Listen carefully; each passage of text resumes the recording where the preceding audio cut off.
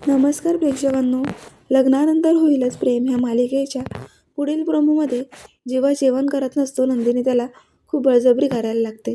पण तरी तो ऐकत नाही. म्हणून नंदिनी म्हणते की मी दुसऱ्या पद्धतीने तुम्हाला खाऊ घालेल ना, माझं जर ऐकलं नाही तर.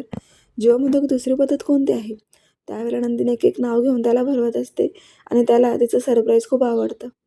पुढे आता पार्थने छान असं काव्याचं चित्र काढलंय आणि मानिनी, काव्य आणि नंदिनी ते बघू लागतात. तिघींनाही खूप आनंद होतो कारण ते सेम काव्यासारखं चित्र काढलेलं असतं त्याने. पण त्यावर त्याने दागिनाच काढलेला नसतो.